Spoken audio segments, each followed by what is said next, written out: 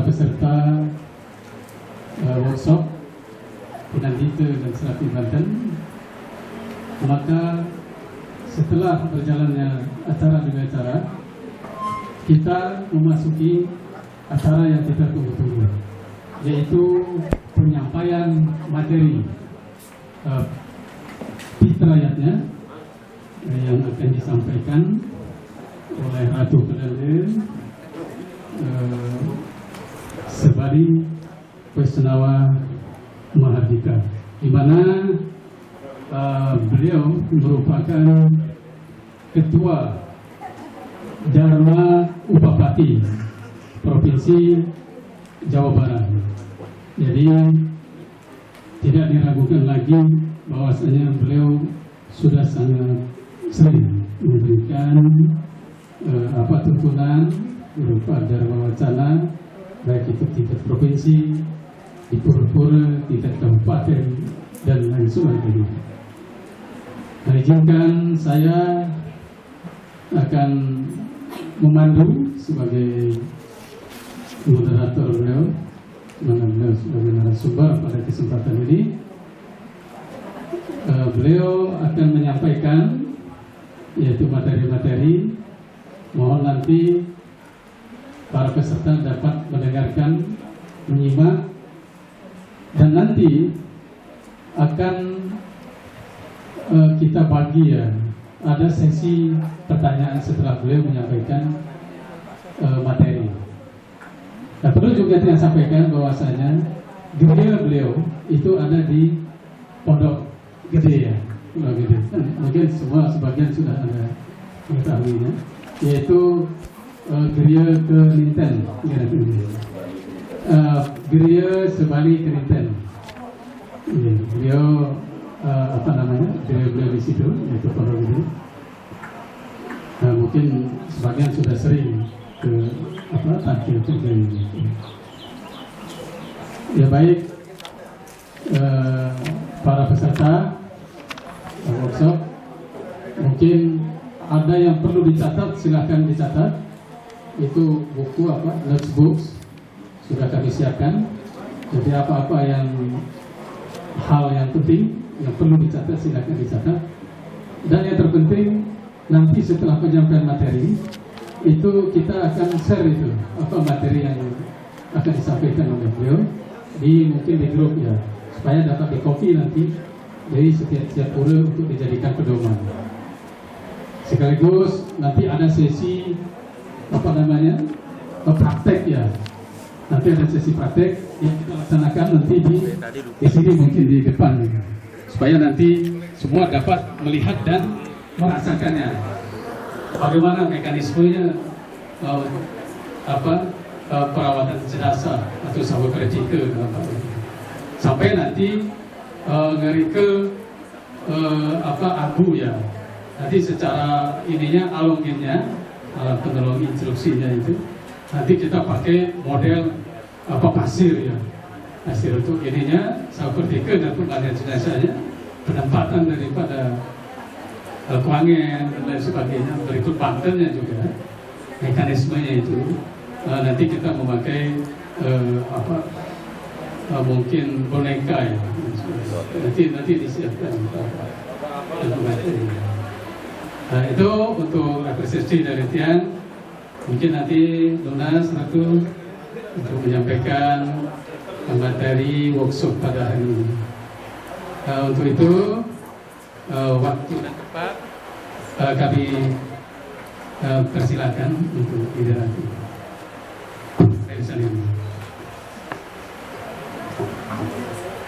Om Swastiastu. Om Namastu. Semoga semua sehat.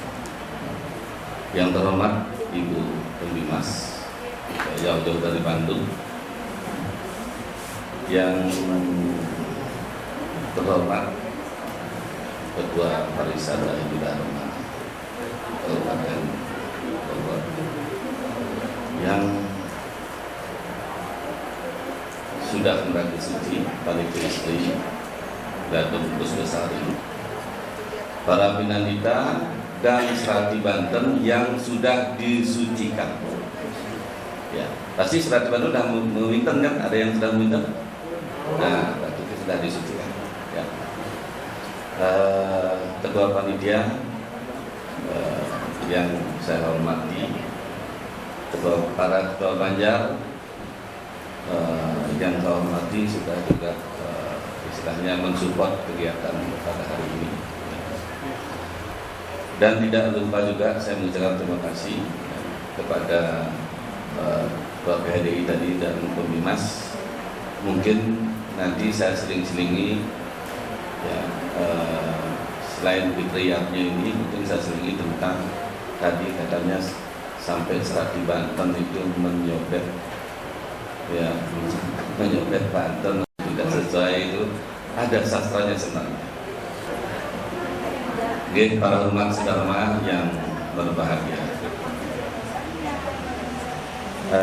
mungkin sebagian besar sudah kenal, tapi tidak begitu dekat ya. Apa yang diterangkan oleh moderator tadi, tiang Pedanda Gede Sebali Waisnaun Hardike asli Lombok, asli NTB, walaupun witnya itu di Jawa ya, witnya itu tiang di Belambangan ya. Terus baru ke Bali, dari Bali baru ke Lombok ya. Jadi tiang meriksa di Lombok 7 tahun yang lalu, nggak terasa sudah 7 tahun dari Belanda gitu ya. Jadi memang itu swadharma yang harus istilahnya diemban sekarang ya. Jadi tiang dulu membacakan ini sana berlebih kalau bahasa Balinya makalah kira-kira setengah jam. Nggih, tiang mulai dalam ajaran agama Hindu dikenal adanya serada atau pancasrada yang kita tiap hari dengar. Salah satu wujud pengamalan serada tersebut adalah melaksanakan kegiatan ritual keagamaan yang disebut yajna. Ketentuan ini tercantum dalam kitab suci Atharwaveda bab 12 Sutta 1 ayat 1. Yajna adalah korban suci yang dilaksanakan dengan tulus ikhlas berdasarkan keyakinan terhadap Sang Yang Widi Wasa dengan tujuan tercapainya kebahagiaan dan kedamaian abadi. Agama ini juga mengajarkan 5 jenis yajna yang disebut panca yajna, yang terdiri dari dewa yajna, Rsi yajna, Pitra yajna, manusia yajna, dan buta yajna. Di sini sebenarnya khusus kita membicarakan Pitra yajna. Kita batasi ya supaya jangan melebar kemana-mana. Pitra yajna adalah upacara bagi orang mati dengan tujuan untuk mengembalikan secara sakral sang Atman kepada Brahman yang kekal. Nah, sesuai dengan yang tercantum dalam Weda, Brahman, Atman, Aikyam. Ya. Brahman memenuhi ruang waktu, Atman itu ada di kita. Kita kembalikan ke ruang waktu. Ya. Pengertian mati dalam ajaran Hindu ada 2. Ada 2 tinjauan yang dilihat dari sudut tatwa atau filsafat ya, dan sudut upacara. Jadi 2, tatwa dan upacara. Itu dalam lontar Waraspati Tatwa disebutkan. Kala ikang pati ngarani turun mapasah lawan pancema buta juga. Tekeng atma risarira ikang aganal juga hilang ikang atma. Langgeng tan molah apan ibak ikang rat kabeh dening atma. Pada waktu mati namanya. Hanya berarti terpisahnya panca mahabuta dengan atma. Atman ya, yang ada pada tubuhnya. Hanya badan kasarnya saja yang lenyap. Sedangkan atmannya akan tetap tidak berubah. tidak mati. Sebab alam ini penuh dengan Atman. Nah, yang katakan tadi Brahman, Atman, Aikyam. Jadi mati menurut konsep takwa apabila Atman orang tersebut sudah lepas dari jasad, baru disebut mati atau meninggal. Namun menurut pandangan upacara, meninggalnya belum sah sebelum ada pernyataan bela sungkawa dari adat atau diupacarakan. Ya, ibarat bangunan rumah, walaupun sudah selesai secara fisik, kalau rumah itu belum diupacarai secara keagamaan atau diplas-plas, maka rumah itu belum dikatakan selesai. Demikian halnya dengan orang meninggal, meskipun secara takwa sudah meninggal, namun perlu juga meninggalnya itu disahkan menurut upacara agama Hindu yang disebut Atiwa-tiwa atau ngaben.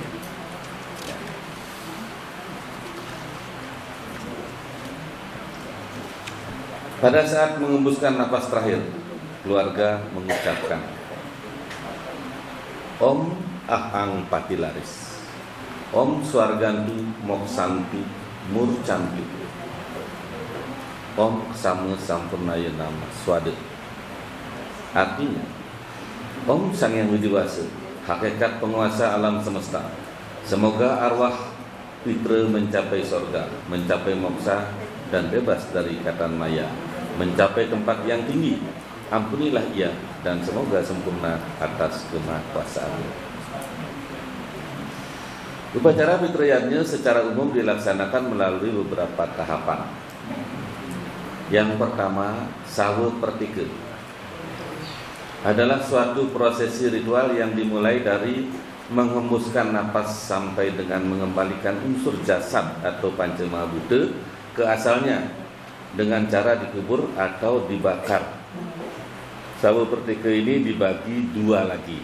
Ada sawa wedana, yaitu upacara pembakaran jenazah bila jenazah dan bila jenazah tidak ditemukan maka upacaranya dijemput swasta. Ya, bilang di Sunyantara namanya. Jadi misalnya ada umat kita naik pesawat jatuh ke laut, tidak ada jenazahnya, itu boleh nyuasta. Yang kedua, asti wedana adalah upacara setelah mayat jadi abu dan langsung dianyut ke laut. Nah, itu asti wedana ngaben sebenarnya. Ya.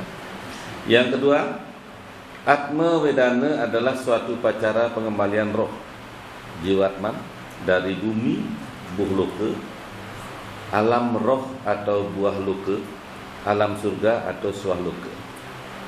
Perawatan jenazah menurut agama Hindu merupakan kegiatan yang termasuk dalam upacara sawa pertika. Nah, itu baru meninggal. Nah, selanjutnya apa? Selanjutnya adalah kita zaman sekarang ini mengurus administrasi. Kalau dulu enggak. Kalau zaman tiang kecil itu enggak ada ngurus administrasi. Kalau udah meninggal ya udah, mau dikubur, mau dibakar, atau mau di mekinsan ring akasa rarisang. Ya, jadi ada 3 mekinsan itu. Mekinsan ring geni, mekinsan ring pertiwi, mekinsan ring akasa. Siapa tahu yang mekinsan ring akasa di mana? Ada yang tahu enggak?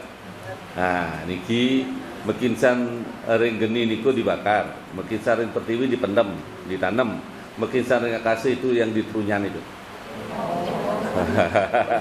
Ya, saya tahu kan. Nah, niki ya, itu mekinsan ring akasa namanya, ditaruh aja jenazahnya. Nah, itu jadi akasa itu angin yang menetralisir dia itu. Ya, niki. Jadi yang berikutnya, sebelum kita ada upacara pengabenan dan sebagainya, ya baru meninggal itu harus ngurus administrasi dulu zaman sekarang, ya. Jadi surat keterangan kematian di rumah sakit, mungkin surat bila meninggal di rumah, surat keterangan RT RW misalnya gitu, ya. Surat dari kelurahan misalnya. Nah, itu harus dilengkapi. Nah, sebelum kita mulai mau pengabenan, ya itu biasanya terima ngalaning yakni yang disampaikan oleh Pak Ketua tadi. sang yajemana, sang medue karya, sang duta, pasti kontak dulu ke Sulinggih. Kira-kira ada dewasa enggak? Tanggal sekian. Oh ada. Setelah ada sang medue karya, atau nanti yang diwakili, kalau di kita ini Banjar yang wakili ya, atau Dempet gitu ya. Nah, setelah dewasa baru dia ke Serambi Banten. Bisa nggak tanggal sekian saya dibuatkan Banten Ngaben? Tuh. Kalau sudah bisa buatkan Banten Ngaben, baru nelpon lagi Ratu itu bisa. Tapi ini namanya Tri Manggalan Yati, sang Sarati, sang Madue Karya, sang Sulinggih. Ya, itu namanya Tri Manggalan Yati. Jadi begitu prosesnya sebenarnya. Tapi kadang-kadang sekarang ini banyak yang memaksa. Benjam ada satu, padahal besok itu pasar. Kalian ini ada satu, kalau gotongan. Ya. Semut sedulur kalau gotongan sama. Jadi semut sedulur narani. Gitu. Hari Jumat, Sabtu, Minggu itu biasanya urutnya 14. Itu tidak boleh mengadakan itu. Sang entas, ya, sang entas itu Sulinggih. Sang kahentas, sang pitara, sang putra. Sang abidara yang datang kalebok dening candra pemuda. Itu kalau menjalankan itu. Jadi kalau waktu kita ikut begini kita bahagia terus. Nanti kita mati di sana. Kalau bok candra pemuda. Jadi menjadi kalau apa namanya, kalau kita itu bahasa Bali intip kawah apa namanya itu kerak kawah ya, itu yang paling bahaya. Makanya kita laksanakan apa yang ada di sastra. Memang kadang-kadang ini yang nak sedikit atau mulai itu, oh iya, nggak masalah sebenarnya. Nah, Serati ini sekarang misalnya Bantennya disobek. Jadi sebenarnya dia pakai pegangan yang mana? Ada 3 pegangannya. 1 ada di Wetapel. Kedua ada yang Praterti. Ketiga ada Pulutung. Keempat ada Sumerewa. Dan banyak lagi.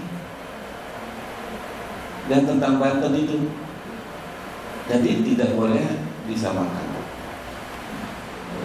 Ya, tidak boleh disamakan. Oh, cara tiangnya begini, enggak boleh. Sekarang sang Sulinggih ini dan pemangku ini harusnya sinergi, menjalankan sastra. Jangan nanti mulut itu. Ya. Ya. Jadi Serati tidak boleh menghina Banten. Ya, dosa besar menghina Banten.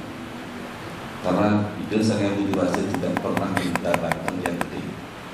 Yang kecil pun tidak pernah minta. Karena kita merasa berutang kepada itu Sang Hyang Widi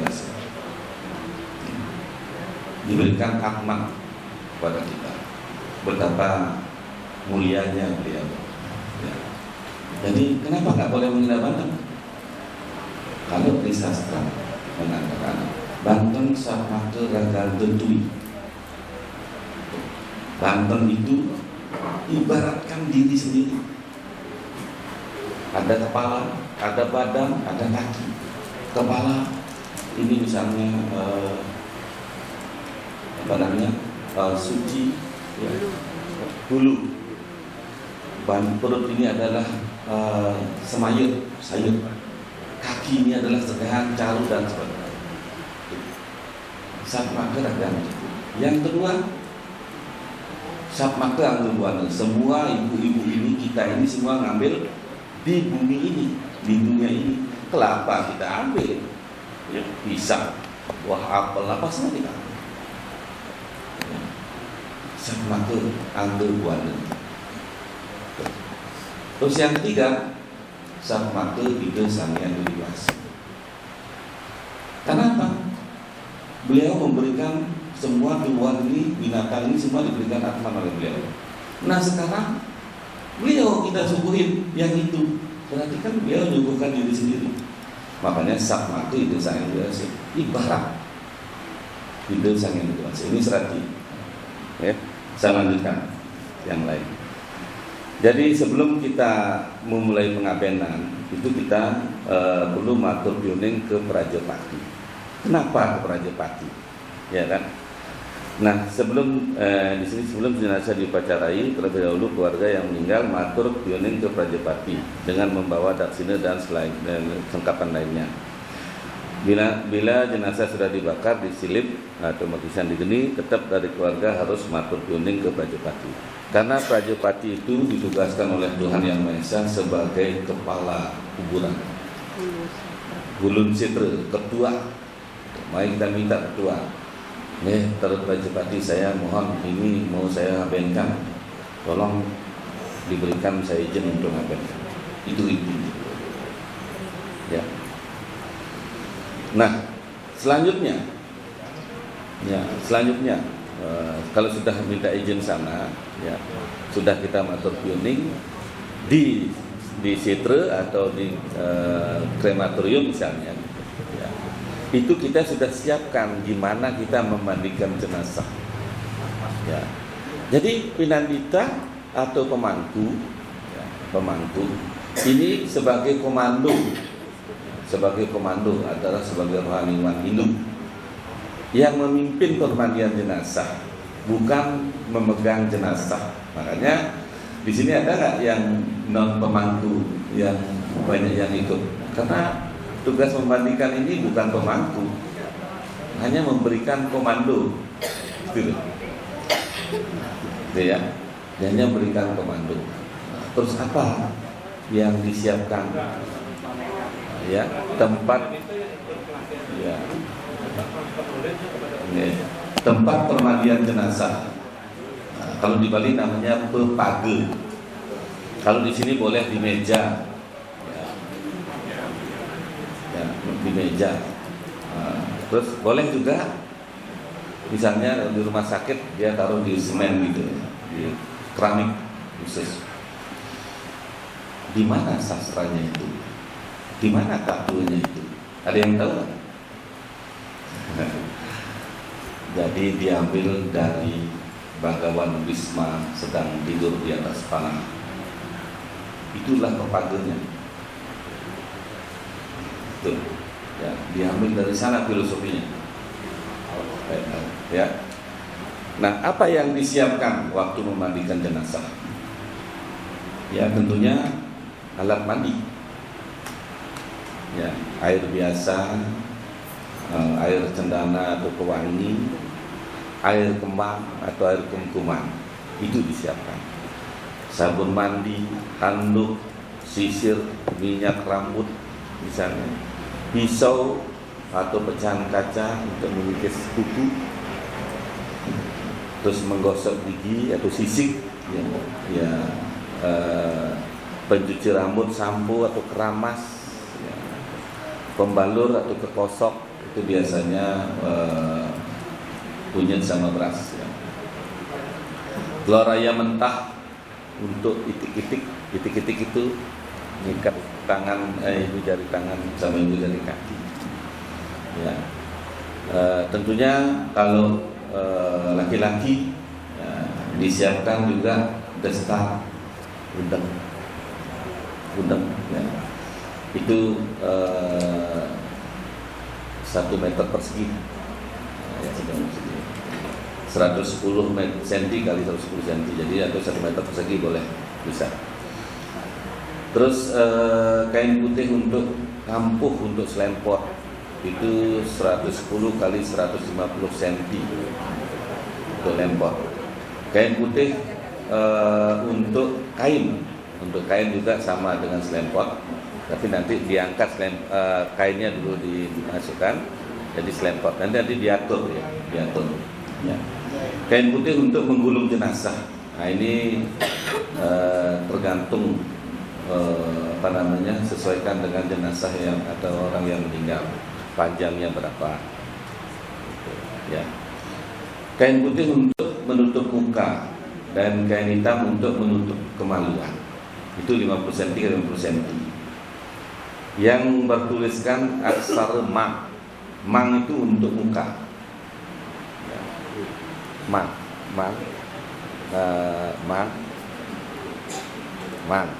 Ya. Terus untuk kemaluan itu tulisannya ah.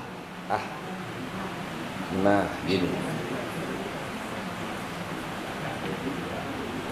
Jadi ongkarnya India itu ditambah bisa apa ya? Bisa. Ya, itu. Kalau dia ang tulisannya ditaruh bindu sama nade. Itu ang. Jadi mampu juga biar tahu ya gimana ininya nulisnya aksara Bali. Nah, ini makanya peningkatan jenang ini juga perlu, itulah harus dipelajari juga, tidak hanya sekedar saya ngantep gitu, enggak. Saya ngantep, itu harus juga dipelajari karena memang inilah peningkatan jenana yang kita mau supaya sinergi antara Sulingge, Pinandite, Serati Banten. Ya. Nah, selanjutnya kain putih untuk huruf kajang. Biasanya dibuatkan oleh Sulingge. Atau oleh Pinandite kalau ada kajang kawitan, atau keturunannya yang buat kajang kawitan. Kalau Dande atau Sulingge itu membuat kajang siwa namanya, atau kajang sari. Ada dan nggak ada kajang kawitan itu tidak ada masalah, karena kalau ada kajang kawitan di atas jenazah kajang kawitan, baru kajang siu. Kalau nggak ada juga nggak masalah. Ya. Terus kain putih untuk leluhur, ya. Bertuliskan ongkara dumuke. Leluhur waktu kita mandikan jenazah itu ada leluhurnya. Ada buku ongkara biasa, dia beradu gitu. Jadi kalau kita dari bawah ini ongkara, nah di atas ini bindu nade, terus baru ongkara. Gitu. Ya, ongkara sungsang namanya, semungsang. Kain putih untuk pengikat jenazah. Nah, itu kain putih juga ikat jenazah, atas, bawah, tengah. Nah, peti jenazah atau usungan atau kereta jenazah atau tempat perabuan atau kremasi itu harus ada. Nah, untuk di pertiwi disiapkan juga lubang atau bambang sesuai dengan jenazahnya. Kalau mau di pertiwi, kalau mau dikremasi silahkan dibakar. Ya. Jadi nanti waktu mau mandikan jenazah, sang Pinandite ini sudah menyiapkan pakaiannya ini. Misalnya perlengkapannya tikar. Diisi pertama kampuh. Kampuh itu saput. Setelah itu baru untuk kamen, ya. Kamen. Ya itulah itu, makanya nanti di atas tikar itu biasanya. Nanti setelah itu, nah silahkan mau dipakein baju juga nggak masalah, mau dihias juga nggak masalah. Misalnya ada ibu-ibu yang meninggal gitu, mau dipercantik silakan, mau dikasih lipstik, mau dikasih alis silakan, mau dikasih bedak silakan, boleh. Tapi biasanya di Bali nggak ada seperti itu. Sekarang karena di Bali dulu, zaman dulu aja, zaman siwa saja, hanya pakaiannya kulit harimau, ya kan? Nah, akhirnya banyak di Bali juga Sulingge tidak pakai baju, ya kan? Padahal zaman sekarang ini ya harusnya ikuti perkembangan zaman, karena agama Hindu universal, fleksibel, ya. Jadi ya sama dengan Serati, gara-gara tinggi nggak ada ribut. Jangan, gitu. Ya, jangan seperti itu. Nih lanjut ya, memandikan jenazah. Pertama pasti air cendana. Air cendana dulu, ya, karena supaya jangan kaku jenazah. Kan udah meninggal pasti ketak gitu ya, kaku. Kasih air cendana dulu, gosokkan cendana dulu. Nah, setelah itu baru dipimpin oleh rohani imam atau pemangku, disesuaikan dengan jenis kelamin yang meninggal. Memandikan jenazah dimulai dari kepala, ya, sampai ke kaki dengan air bersih dan sabun. Jadi pertama dikasih air bersih dulu, kalau perlu mensampo silakan. Kalau zaman dulu pakai santan nyampuinnya, ya. Sekarang ada sampo silakan, ada sampo. Karena itu semua bahan-bahan itu sebenarnya sama. Kelapa, sampo juga pasti ada minyaknya, karena kelapa berminyak, nah, itu jadi sampo. Ya, zaman dulu kita kadang-kadang baru ibu kita nanusin minyak itu udah mulai kita pakai rambut supaya mengkilap katanya. Ya kan begitu. Oke. Setelah jenazah dibersihkan dengan air, maka dilaksanakan pengersikan. Ya, pengersikan sisik dan keramas serta dibaluri dengan boreh gamongan atau kunyit tadi untuk gamongan untuk kepala, boreh bisen untuk badan, kunyit untuk lengan dan kaki. Itu dibuat. Nah, kuku jari tangan dan kuku jari kaki dikerik menggunakan pecahan kaca atau pisau yang disediakan. Dikerik. Ya. Ya. Baru dibersihkan kembali dengan air kum-kuman, air kembang. Kalau udah itu ya. Selanjutnya sentuhkan telur ayam mentah dari kepala sampai kaki atau disiramkan air kelapa dari kepala sampai kaki. Biasanya kalau jenazahnya senyum itu baru pakai kelapa biasanya. Jadi kelapa dipecahkan di kepalanya, diketok, disiram set. Tuh. Ya, kalau dia senyum, kalau dia aneh-aneh kan gitu. Padahal sebenarnya sih itu untuk menetralisir aja sebenarnya. Ya. Nah, baru setelah itu Pinanita mulai memercikan tirte pengentas pekinsang. Lunas di pedang tirte pengentas pekinsang. Karena batas waktunya itu 1 tahun. Kalau tidak ada tirte pengentas pekinsang, itu tidak boleh diambil selama 1 tahun. Kalau ada tirte pengentas pekinsang, kapanpun boleh. Itu, ya.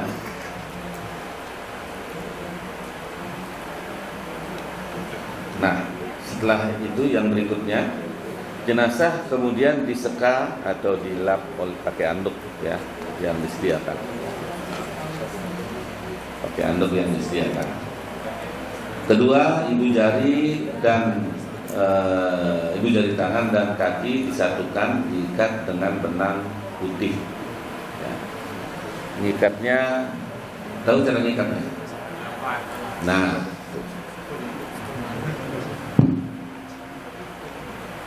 supaya tidak salah.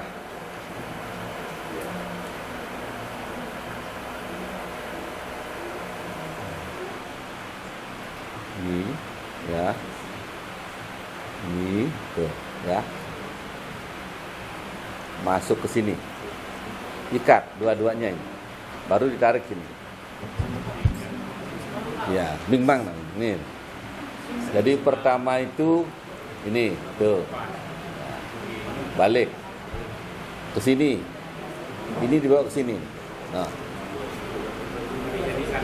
Ya, masuk jadi satu, kaki sama tangan. Ini namanya tali tikitik namanya. Kalau di pramuka simbol wakaf. Nah, itu.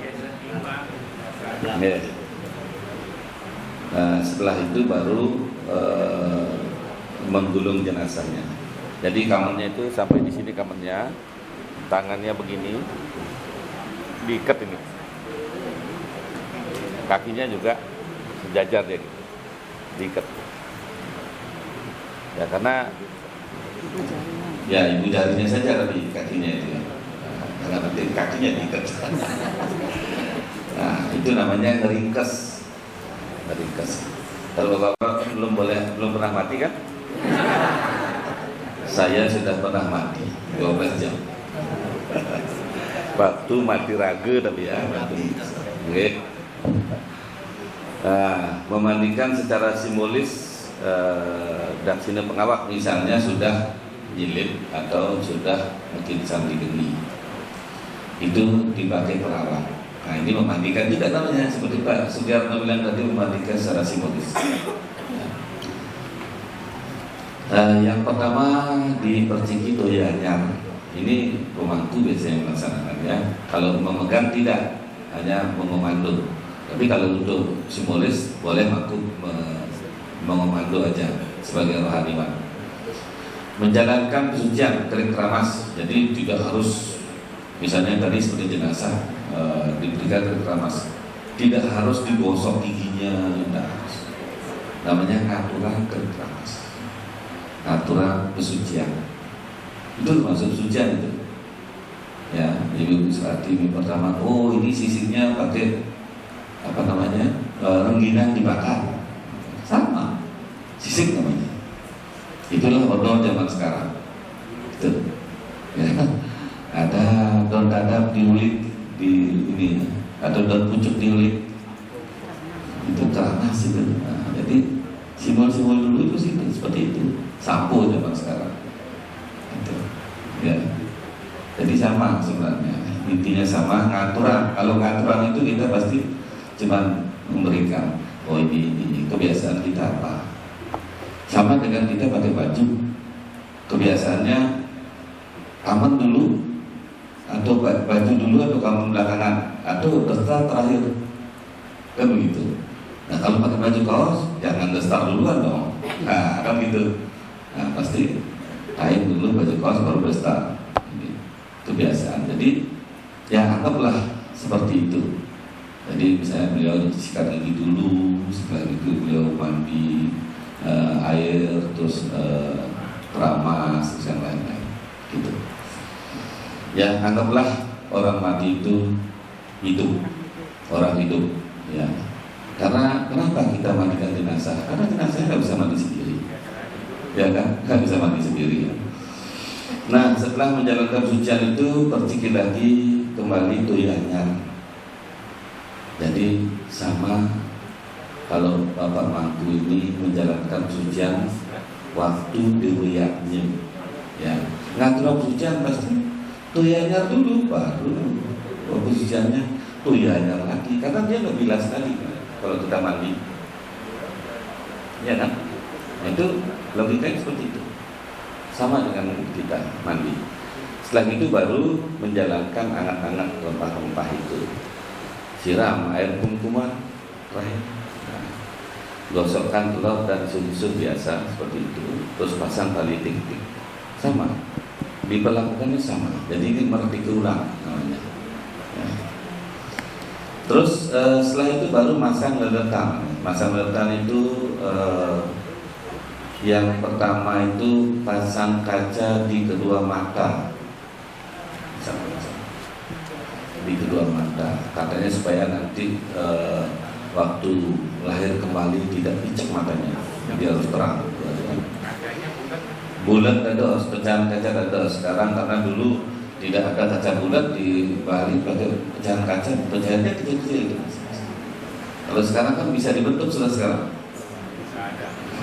Sudah ada dijual. Nah, pasang daun intaran sebagai alis. Daun intaran tahu? Daun bindi sebagai alis, supaya jelirit alisnya katanya, supaya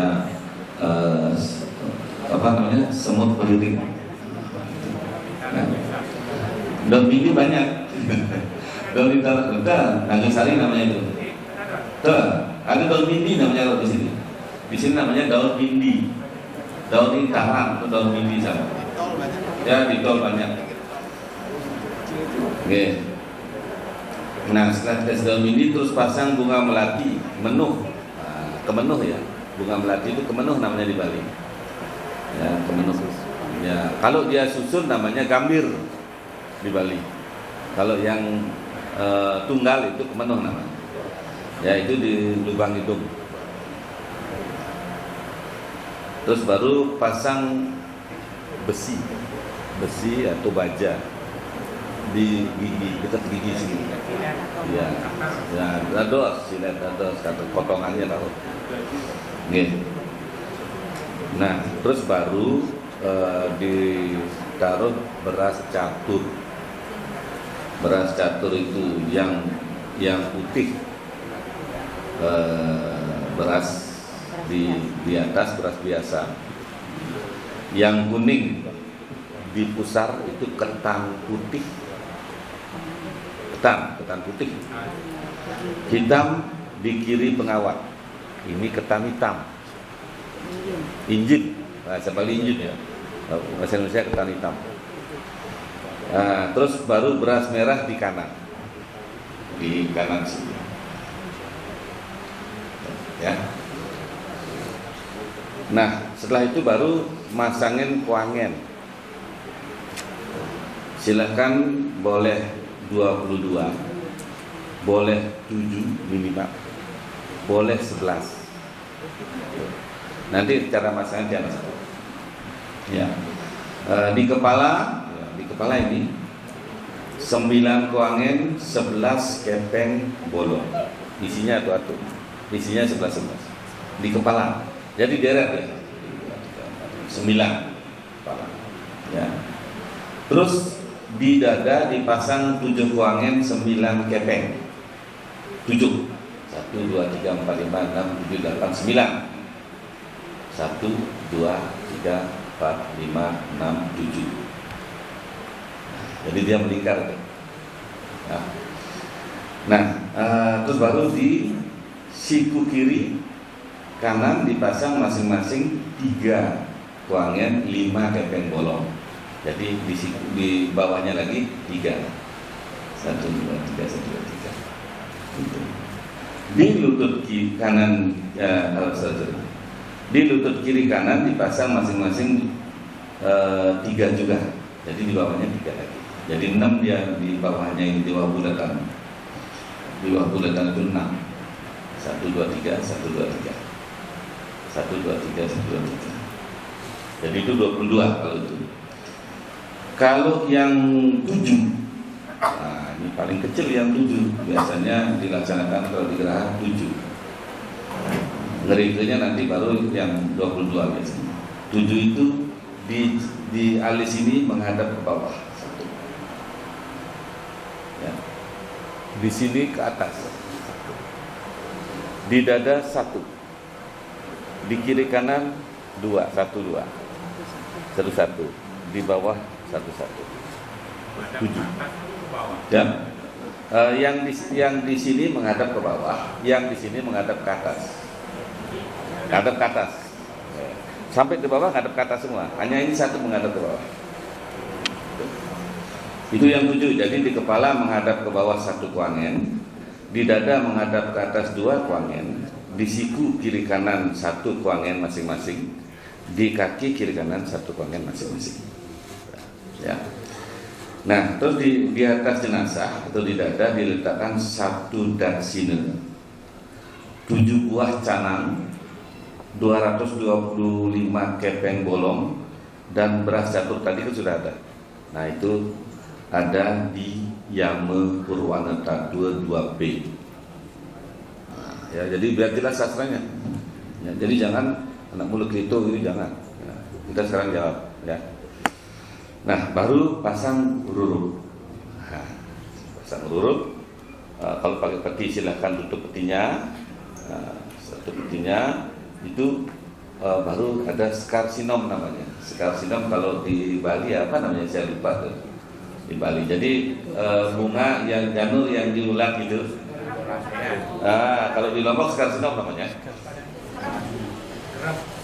Ya, kerap sinam ya. Ada 7, ada 3 dan 7 kesini ada. Nah, ini ke huruf skarsinom kalau di ini huruf sinom ya. Ya. Nah, setelah itu baru udah siap itu baru sulinggih munggah mepuja. Ya, makanya kajangnya belum, nanti terakhir. Ya. Jadi narpane dulu. Narpane itu sebenarnya menyuguhkan ya kesukaan beliau. Nah, gitu. Menyuguhkan kesukaan beliau. Nah, di sana juga boleh disuguhkan seperti bubur birate, boleh. Bubur birate, nasi angker, itu boleh. Nah, kesukaannya apa? Jadi ada khusus ayunan makanan dia. Nah, ada juga yang namanya recedana. Ya, recedana, ya, recedana. Sekarang meninggal, ya. Kalau misalnya bisa dibakar sekarang atau mencari dia masih dulu. Setelah selesai masang semua ini, keluarganya Masude, keluarga saja, nggak perlu narpane pedanda 2 kali muda, nggak. Itu recedana namanya, yang paling kecil itu. Jadi apa yang disuguhkan keluarganya yang Masude. Nggih sang pitare beli ketut misalnya gitu ya. Iki tiang ngaturan kesukaan beli ajengan apa lauk pauk dan sebagainya. Udah, ayah banget. Di sini malu saya banget. Tapi tetap pakai tirta itu. Ayah banget. Nah, setelah dupanya mati, udah langsung digotong ke situ. Langsung ke situ, langsung dibakar. Nah, setelah dibakar, baru dirike bawa ke rumah. Itu dibuatkan namanya ponjen. Ponjen itu yang segitiga itu. Nah, di sini banyak yang salah kaprah. Puspa katanya. Ya. Padahal puspa itu untuk nyekah. Puspa lingga. Kalau ini ponjen namanya segitiga. Kalau nama puspa itu suku tunggal dia.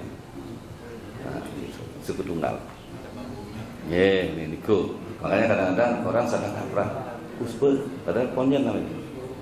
Gitu. Nah, setelah pedanda, kalau di sini pedanda bunga muida ya,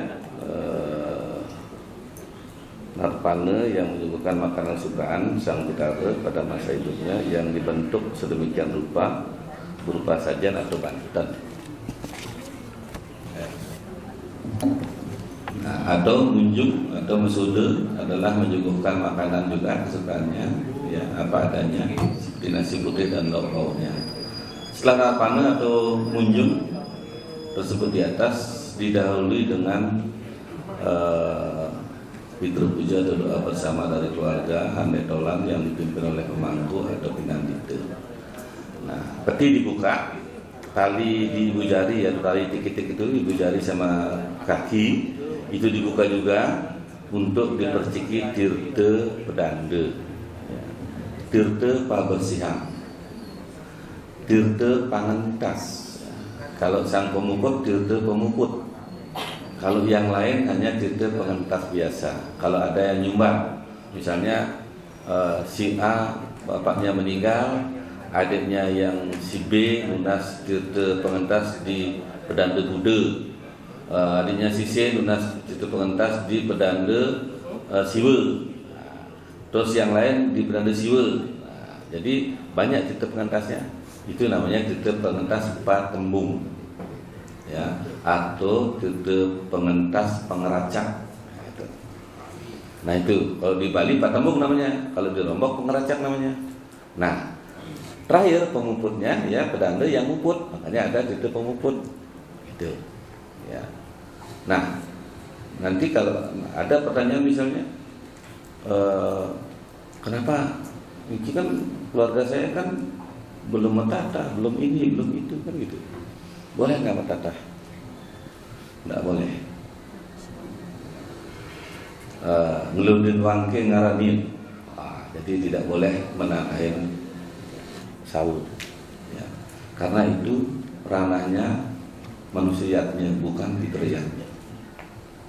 Nah, apa solusinya?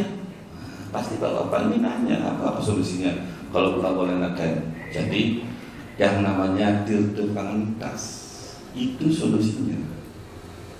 Jadi dintas dilewatin semua. Kalau diibaratkan di komputer, setelah kita ngetik langsung disip set. Jadi tirta penguput yang menyelesaikan terakhir. Tuh. Ya supaya jangan sampai nanti karena nggak tahu ya, kok hanya begitu saja ya. Apa sih? Ya, gitu. Jadi itu pengentas yang ukur. Jadi sama dengan tadi semut selulur itu. Jadi yang ngatain, yang menata sama. Akibatnya nanti waktu meninggalnya. Kalau bawa dari kantor komuter. Makanya jangan mampu juga ilir ya, kalau misalnya oke, pemangku hafal mantra, tapi wewenangnya belum ada sampai sana. Ya, ilir karena ada banyak buktikan pemangku pura kok melungah nggak lama lewat.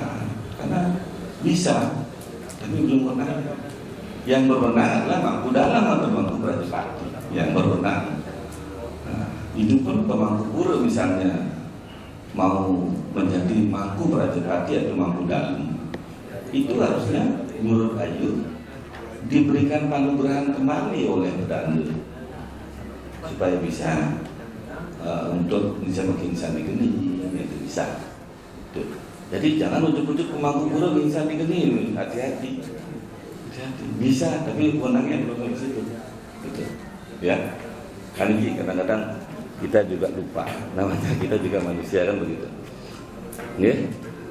Setelah dibuka itu selanjutnya jenazah diusung keluar berputar 3 kali, lalu anak sanak cucu segala itu ya menyelubin. Baru langsung ke krematorium dibakar. Nah itu sampai di sana dulu ya. Terus berikutnya nyilip. Kenapa nyilip? Ya, kenapa nyilip? Kalau di Lontar Purwaneta 23A itu ada juga di Roge Sagara Bumi. Gitu. Jadi gini, yang dimaksud dengan nyilip adalah mengubur atau membakar jenazah secara diam-diam, yang dikarenakan satu hal seperti meninggal pada hari raya, ya, sedang ada wabah penyakit misalnya COVID kayak kemarin, yang menimpa keluarga atau desa, ya, yang dilaksanakan pada sore hari atau sandikala biasanya kalau di Bali. Nah, kalau di Lontar Purwaneta 23A itu bunyinya seperti ini. Kunang yang nane wong mati bener tinanem kadi tingkah anyolong. Yang tangkap ya haning jagat kadi angganing katkan satru gering agung. Sa kaloreng pakai wahan jagat. Nah, muah tingkahing amendem dan saking mapejati ring batara kadi ringan. Bila ada orang yang mati wajar dikubur atau dibakar dengan cara sembunyi-sembunyi, yang mana dikarenakan masyarakat sedang kacau seperti misalnya diserang musuh, wabah penyakit dan lain hal yang menyebabkan masyarakat itu kacau seperti hari raya tadi, serta maksanya tidak mengaturkan bejati kepada Tuhan Yang Maha Esa seperti tertulis di depan. Jadi tidak ada pakai banten, ya. Ini sastra yang mengatakan. Tapi kadang-kadang kita yang lugu, masa gitu, kebakar mayat kayak bakar binatang, kan begitu. Di sastra bilang begitu. Nanti, setelah ada dewasa, baru dipertika ulang namanya seperti tadi di depan. Dan jadi kalau misalnya mau pakai banten silahkan, tapi hanya minta izin ke Betara Brahma saja untuk membakar. Nah, coba zaman COVID, kita mana bisa lihat jenazah itu? Jauh di sana. Kita dalam mobil lagi. Gimana? Walaupun ya kesaktiannya Betara Siwa, ya. Itu kan kesaktiannya Betara Siwa itu adalah panah. Makanya ngacep aja udah selesai. Itu kesaktian Betara Siwa. Kalau kesaktian Betara Astapaka Buddha itu gandel. Nah, kalau tidak dekat ngebuk tidak akan kena. Itu kalau siur panas. Nah, gitu. Makanya dia nggak heran kalau pemangku-pemangku dulu itu sering melayani Belanda Buddha, pasti minta ratu dia terjarum ratu. Nah, pasti begitu. Tapi kalau Belanda Siwa enggak, dari jauh dia.